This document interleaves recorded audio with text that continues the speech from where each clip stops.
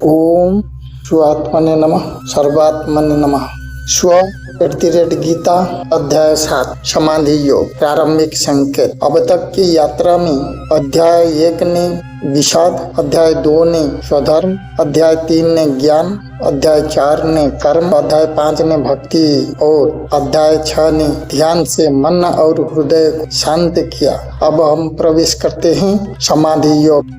यह वह अवस्था है जहाँ साधक का मन और हृदय पूर्णतः स्व में विलीन होते हैं। यह अंतिम गहराई है, अड़िग मौन और साक्षात्कार की और स्वयं की जिज्ञासा। स्वयं उवाच, हे कृष्ण, मैंने ध्यान किया, मैंने भक्ति की, मैंने कर्म और ज्ञान से अपने मन को शुद्ध किया, पर क्या वही समाधि है? क्या मैं स्व के साथ पूरी तरह एक हो गया? स्वयं अब भी अनुभव और वास्तविकता के बीच झूल रहा हूँ। स्व का उत्तर। स्व उवाच, हे साधक, समाधि वह स्थिति है जहाँ भक्ति, ज्ञान और कर्म का मिश्रण तुम्हें स्व के साथ जोड़ता है। मन स्थिर और मौन में डूबा हो, भाव अड़िग हो और हृदय प्रेम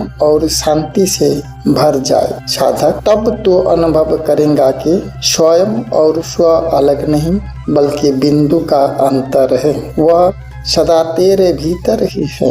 कर्म, भक्ति और ज्ञान सब केवल माध्यम ही, स्वयं की स्वीकृति। स्वयं उवाच, अब समझ आया, स्व बाहर नहीं, मन और हृदय की शांति में विद्यमान है। यदि मैं स्थिर रहूं, विचारों और भावों को देखकर साक्षी हो जाऊं, तो मैं समाधि में पहुंच सकता हूं। स्व का मार्गदर्शन। स्व उवाच, हे साधक, समाधि ध्यान, अभ्यास और अड़िग ध्यान से आती है। मन को स्थिर एकाग्र कर, भावों में बहकर उस प्रवाह को महसूस कर और स्वतः स्व की मौन उपस्थिति में लीन हो।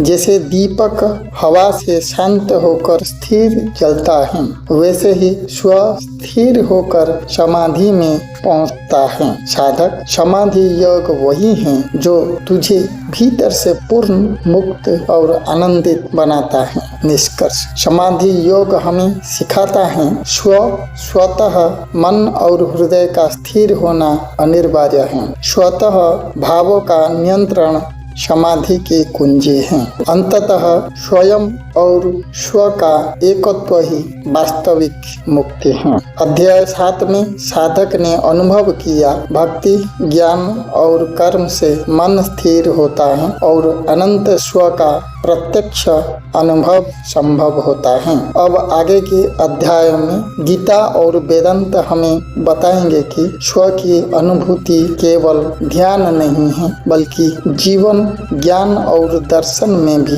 कैसे प्रकट होती है। यात्रा अब दर्शन और विज्ञान की ओर बढ़ रही है।